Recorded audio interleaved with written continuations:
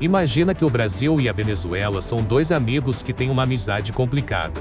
Nos últimos tempos, eles andam brigando muito, principalmente depois de uma eleição polêmica na Venezuela. O Brasil achou que essa eleição, onde o presidente Nicolás Maduro venceu, não foi justa.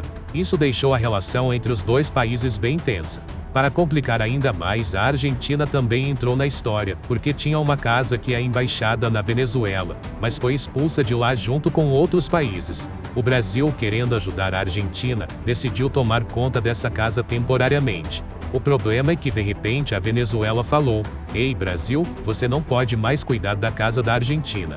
Isso pegou o Brasil de surpresa, mas ele respondeu de forma firme, dizendo: "Tudo bem, mas vou continuar cuidando até que a Argentina encontre alguém para assumir essa função."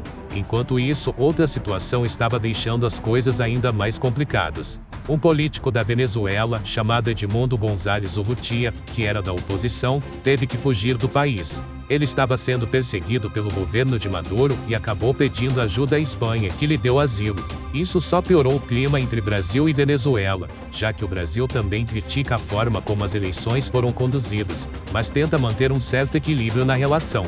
Para que a relação entre Brasil e Venezuela não seja uma relação apenas comercial. Ela tem que ser comercial, ela pode ter uma relação política, ela pode ser cultural, ela pode ser econômica, ela pode ser feita de ciência e tecnologia, ela pode ser feita entre as nossas juventudes, construindo parceria, entre as nossas universidades.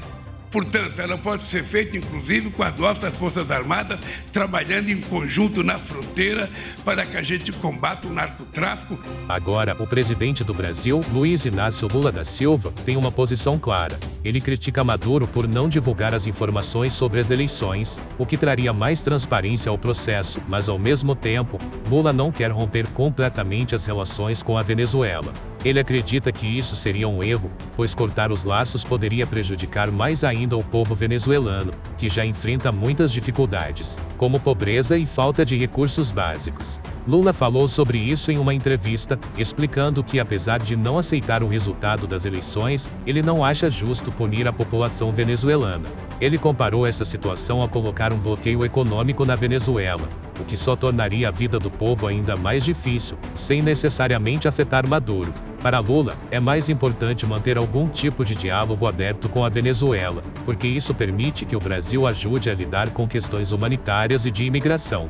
Enquanto isso, outros países da América do Sul, como o Chile, têm uma visão diferente. O presidente chileno, Gabriel Boric, disse que os resultados da eleição na Venezuela são difíceis de acreditar, mostrando que ele está muito mais inclinado a criticar e se distanciar de Maduro. Queremos decirle a todos los venezolanos y al mundo entero que Venezuela tiene un nuevo presidente electo y es Edmundo González.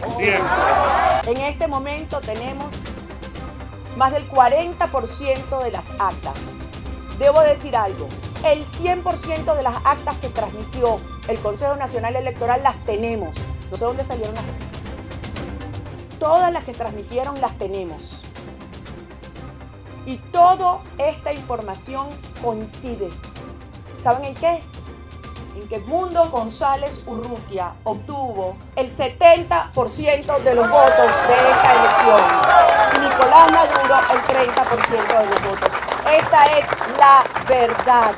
O sea, esto no es un fraude más. O sea, esto es desconocer y violar groseramente la soberanía popular. Não há maneira que eles possam explicar. Até mesmo o Brasil, durante o governo de Jair Bolsonaro, havia cortado relações com a Venezuela em 2019, reconhecendo o opositor Juan Guaidó como presidente legítimo. Mas com Lula no poder, o Brasil está seguindo uma abordagem mais neutra.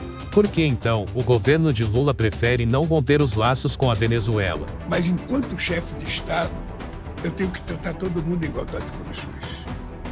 Eu sempre me preocupei com a Venezuela, porque o Brasil tem 1.600.000 quilômetros de fronteira com a Venezuela, porque o Brasil tinha um superávit com a Venezuela de quase 4 bilhões de reais, porque eu gostava muito do Chaves, e o Chaves criava muito problema e eu ajudava a resolver o problema. Um diplomata brasileiro explicou que durante o governo Bolsonaro, a tentativa de isolar a Venezuela não deu certo. O governo esperava que ao cortar relações, o regime de Maduro fosse enfraquecido, mas o que aconteceu foi o contrário. A Venezuela continuou com seus problemas e o Brasil acabou enfrentando novos desafios, como um grande aumento no número de imigrantes venezuelanos.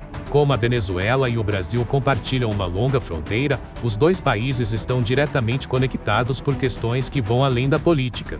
Além disso, muitas comunidades de brasileiros e venezuelanos vivem nos dois países, e cortar as relações tornaria mais difícil resolver questões do dia a dia, como o atendimento consular para quem mora no país vizinho. Se o Brasil rompesse com a Venezuela, isso traria ainda mais complicações para essas pessoas.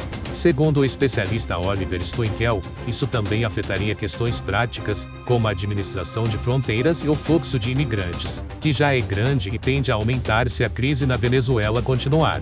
Outro ponto importante é a crise humanitária na Venezuela, que tem levado milhares de pessoas a deixarem o país em busca de uma vida melhor. A professora Carolina Silva Pedroso, da Universidade Federal de São Paulo, lembra que o Brasil se tornou um dos principais destinos para os refugiados venezuelanos nos últimos anos.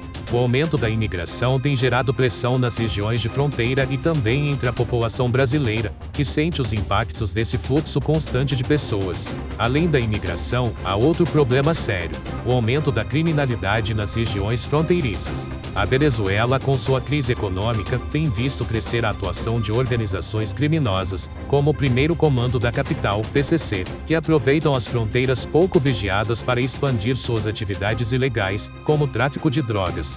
Segundo especialistas, essa fronteira entre Brasil e Venezuela está cada vez mais perigosa e difícil de controlar, o que torna a cooperação entre os dois países ainda mais necessária. Em resumo, o Brasil está tentando manter um equilíbrio delicado. Por um lado, não concorda com o que está acontecendo na Venezuela, especialmente em relação à falta de democracia e à crise política. Por outro lado, romper completamente com a Venezuela poderia trazer ainda mais problemas, tanto no nível humanitário quanto em questões práticas, como a segurança nas fronteiras e o atendimento aos brasileiros que vivem lá. Assim, o governo de Lula acredita que o diálogo é a melhor forma de lidar com a situação, ao invés de simplesmente virar as costas para o vizinho.